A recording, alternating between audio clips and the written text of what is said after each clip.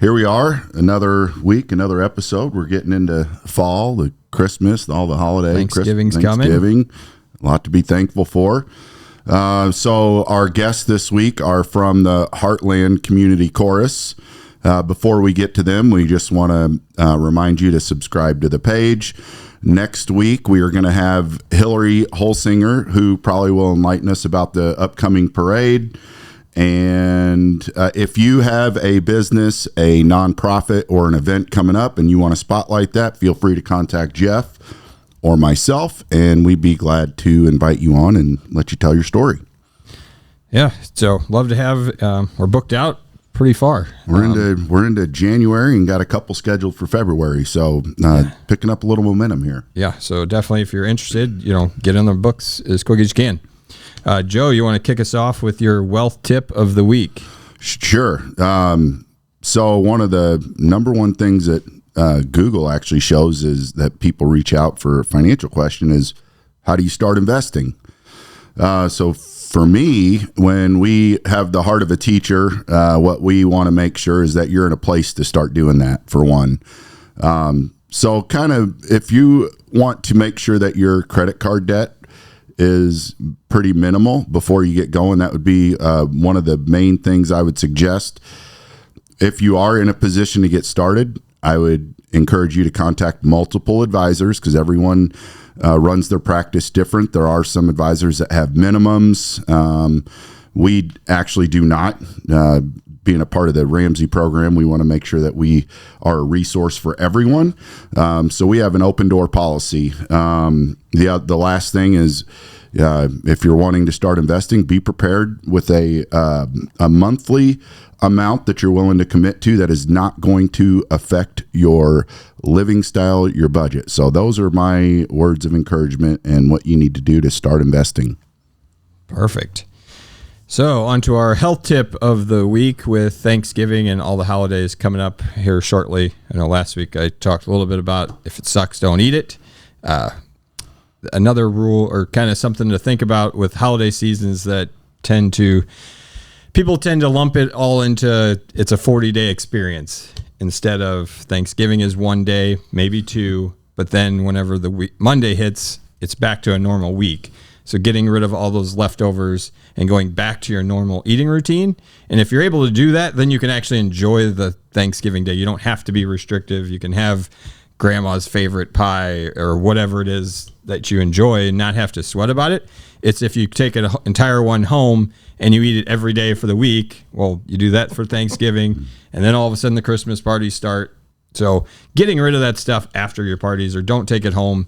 You don't need the leftovers. So that's my tip, is to enjoy the day and don't stress about it, but get back on track come Monday whenever you get back to your normal routine.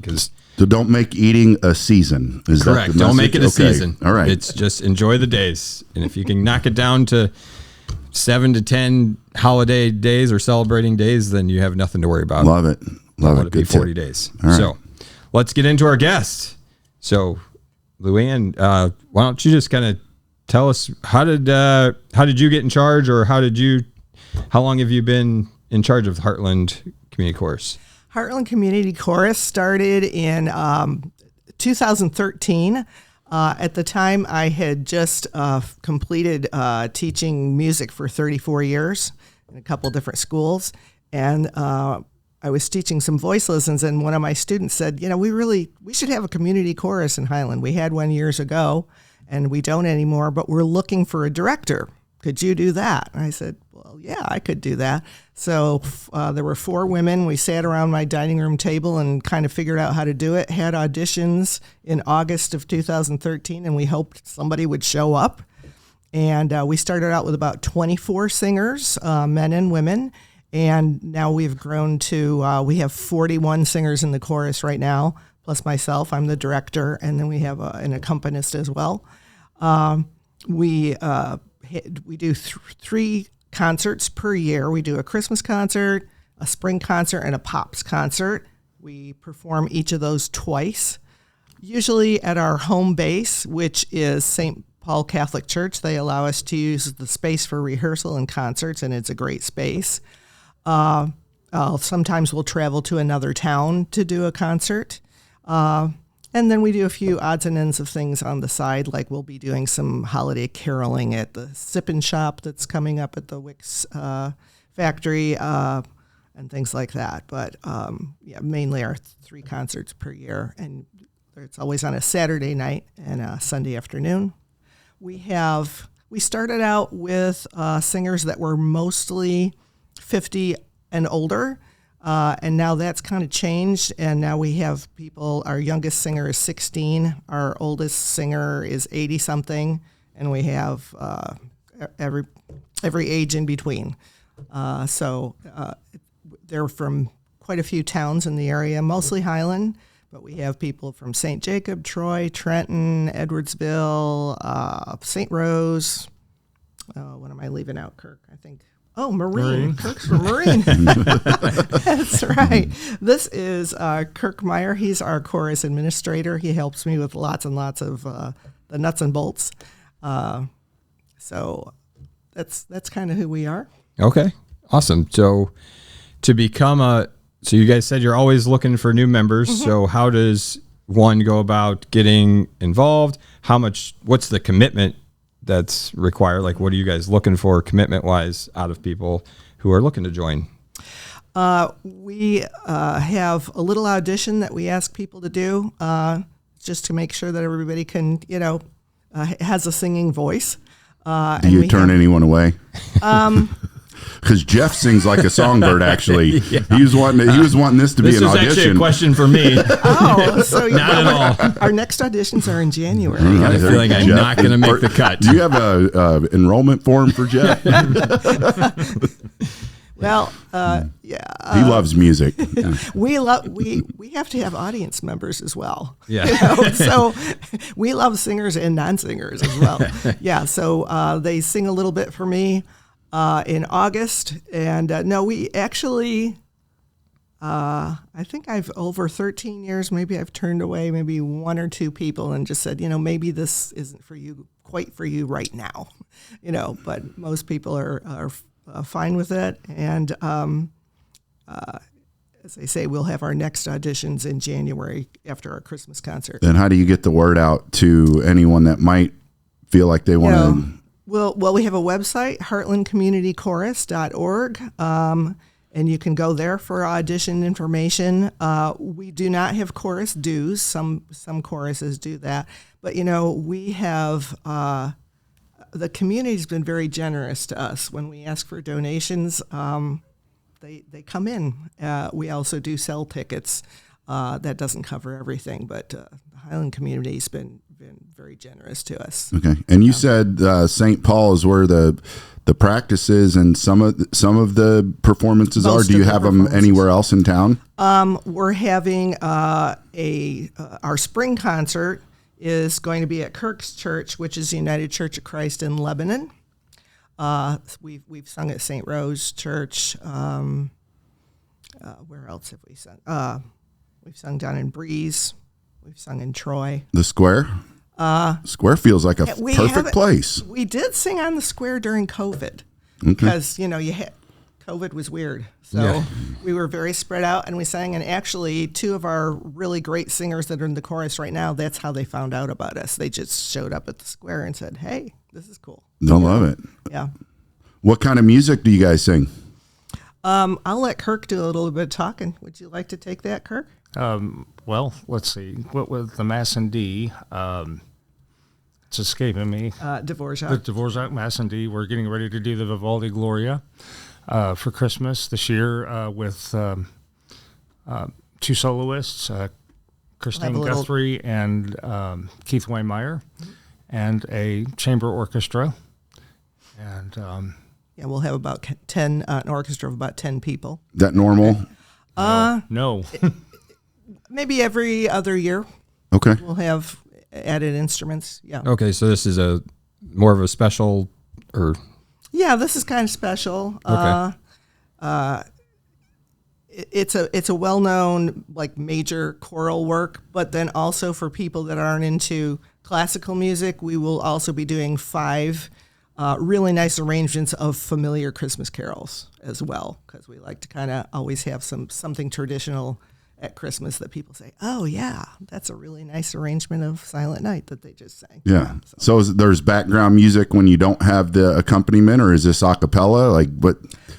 We have a really talented accompanist that plays piano for us. Okay. Roberta Swaim, she's from New Baden, and she can play anything. It's quite amazing. You put a piece of music in front of her, and it's like she's been up the night before and not sleeping, and she plays it like she's always played it.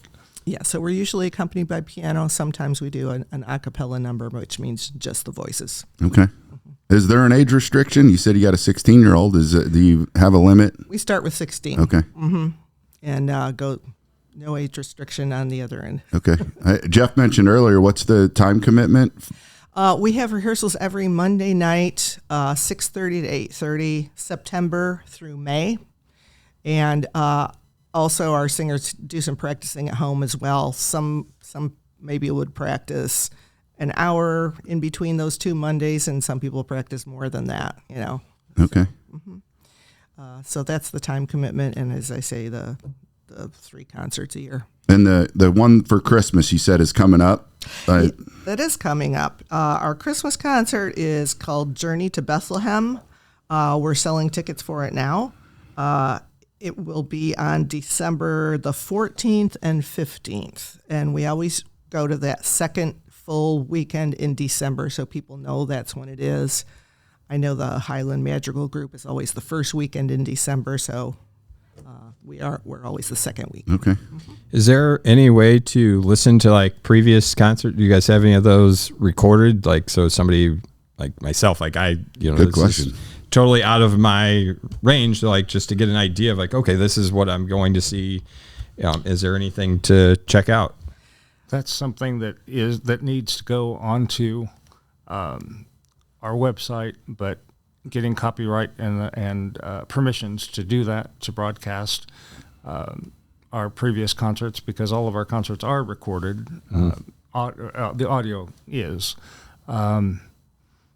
That's just something that needs to happen. Something we want to work on in the next year or two. Okay. That happening. It's a great question, by the way. And does it cost you guys to sing some of the songs from a copyright perspective? We have the permission to sing them if we buy a piece of sheet music for each person.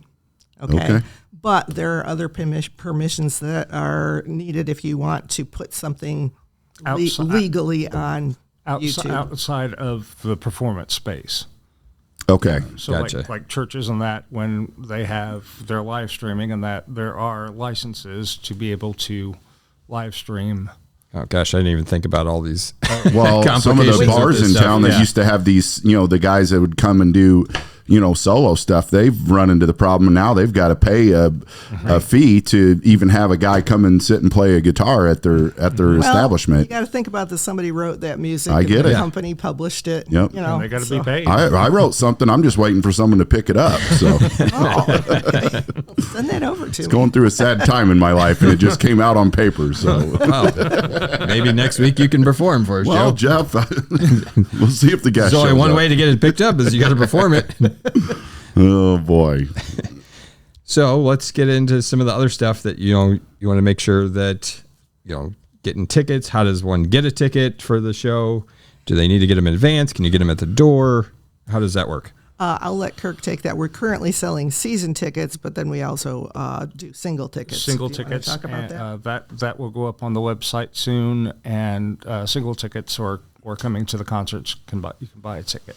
We always have tickets at the door, but you can go to our website and get tickets, and that'll be up, like I said, I think next week for our Christmas concert.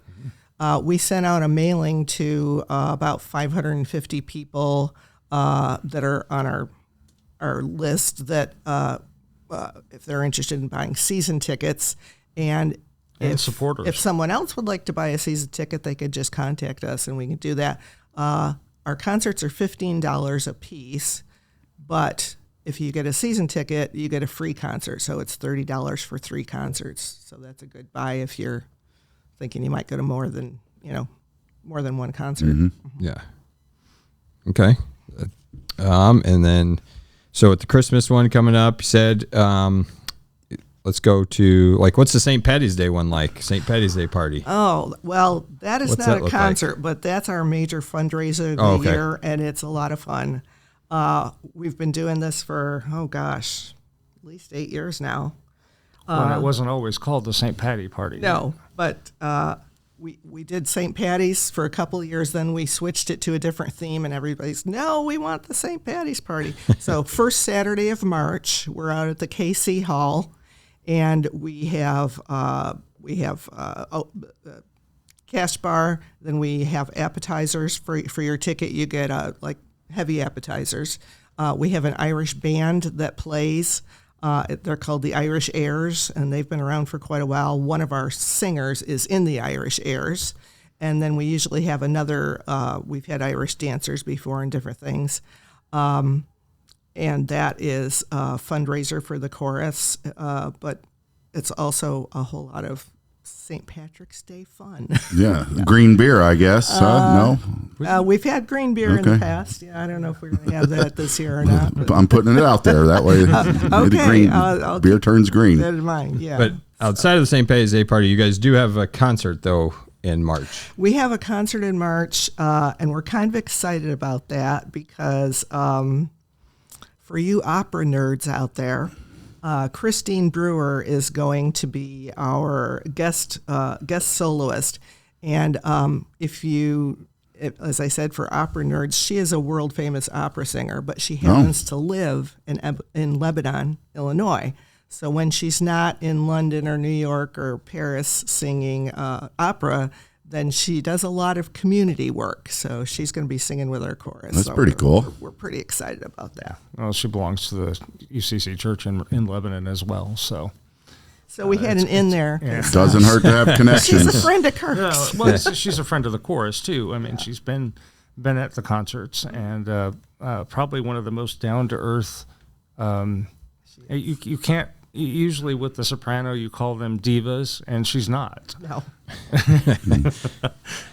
No. In fact, she's very about the community and where she lives, and supporting the local music organizations as well. That's great. Yeah, so that's what she's doing for us. And the concert, I think, is going to be real accessible to a lot of people. It's called Going Over Jordan, and it's spirituals and Americana music. A lot of people, I think, can relate to that. Yeah. So will that be here in Highland and St. Paul? That will be on Saturday night. It'll be down at United Church of Christ in Lebanon, because that's Christine's church. And then on Sunday afternoon, it'll be here at St. Paul's. Okay. So we've mentioned a few different churches. Do you ever get asked to perform at a wedding or anything like that? We haven't yet, but if you have a wedding coming up and you want a professional chorus, contact Luann. Maybe I should, or maybe I stepped out of line there. I won't rule it out. Never say maybe a good moneymaker for you. Never. Yeah. All right. So what do we have on the table today? Oh, we have this beautiful quilt. And this quilt was actually made by two of our members. The top was pieced by someone who was on our board for the past 6 years, Mary Tolley. And the quilting was done by our assistant director, Marge Detmer from St. Rose. And it's a beautiful quilt. And we will raffle this off at our St. Patty's party on the first Saturday of March. But tickets are going on sale for it Monday. So you can get your tickets for many of the chorus members. We'll have them at our concerts. We'll have some tickets at the Sip and Shop, I hope. And what are the prices on those tickets? Do you remember, Kirk? Is it $2 for one? $2 for one. 3 for $5 or 3 for $5, 7 for 10. 7 for 10. Yeah, it's a really beautiful quilt. In fact, I'm kind of hoping that I win it. Is that a conflict of interest? Yeah, you can't beat a good quilt. I know that. I feel like you could, make sure you pull yours out. Well, somebody else will have to pull it out, and then Yeah, be an independent third party, and you be do not have your hands in the bucket. Just put a false name on there, and then they'll know it's yours. It's like, yeah, we're gonna mail that over to Joe. Seen it done before. I don't recommend it. Ethics here. Well, last year's winner was one of our chorus members, and she said, "I've never won anything in my life," and she won the quilt last year. There you go. So. Yeah, I've never won any drawing ever in my life either. Well, here's your chance. I know. Maybe you get a ticket, and then I can probably barter with Luann on how to. It's probably worth a heavy price. Sounds like she really wants it. I do want it. So. I will talk a little bit too about our Pops concert that happens in May, because everybody has a favorite concert. Some people say the Christmas one's their favorite, or the spring. Which one's your favorite, Kirk? Probably Christmas. Christmas, okay. Spring concert, and we always have a Pops concert, and a lot of people say that's their favorite. That will be also at St. Paul's, but it'll be in Trinity Hall, which is their big multi-purpose room.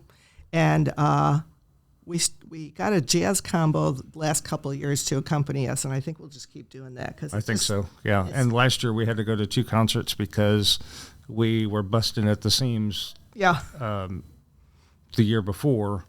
Not having enough space for people. Yeah, the year before, that's a good problem. We came back from COVID, and so we thought, well, we're going to put out however many chairs we think people will show up. And then when people were coming in, we were just saying, "Where's more chairs?" So we went to two performances of that also, and and both were very well attended. When someone new would come to do you guys have an idea if they are? We came to one, now we want to keep coming to your next. Are you getting a feel for like repeat? Yeah, sometimes we'll send out surveys so that we get their email and address so we can contact them again. We do have quite a number of people that are just very regular concert goers. I would say at least 100 are just kind of regular. People like music. Yeah. Mm-hmm. Yeah.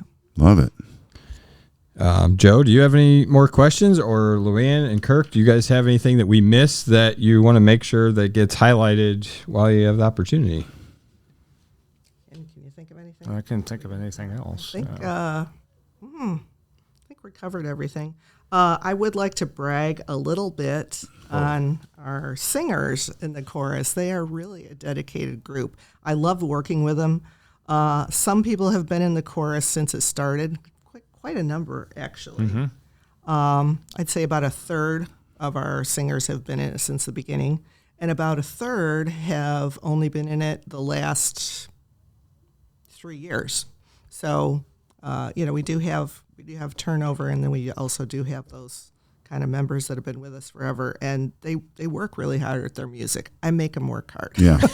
Because, I'm kind of like, we want to we want to offer the community the very best that we can. So I ride them a little, especially when it gets closer to the concerts. I actually do. I do have one question. When I was growing up, my dad was in a barbershop quartet. Oh, cool.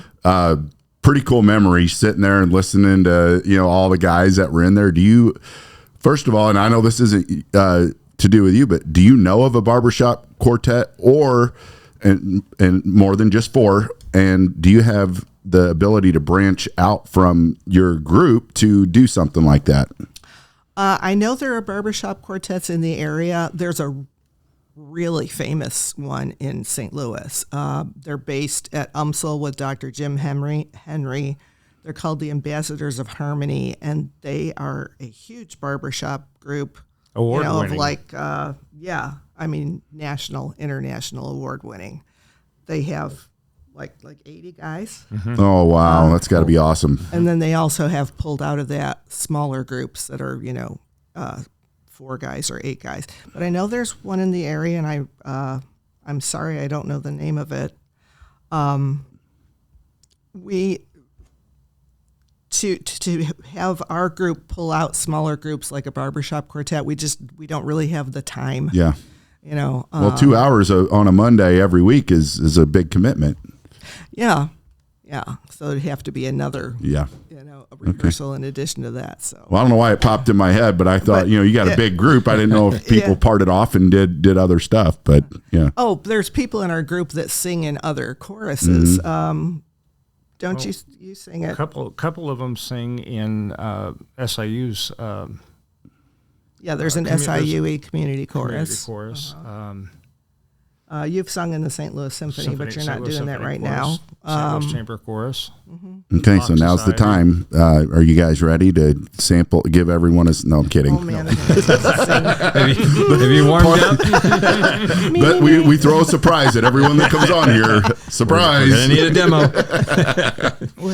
Do we mention the project that your husband is working on? That's this is kind of cool. This is really this is really cool. This is really going to put him under the gun, isn't it? Well, so You like to put pressure on him, right? What's his name? my husband, Richard Murphy, who's a tenor in the chorus. He also is a woodworker and a musician, and he is building a harpsichord that we will use in the concert. And when I say he's building it from scratch, it's made out of cherry wood, and it started out as a cherry tree that was in our woods.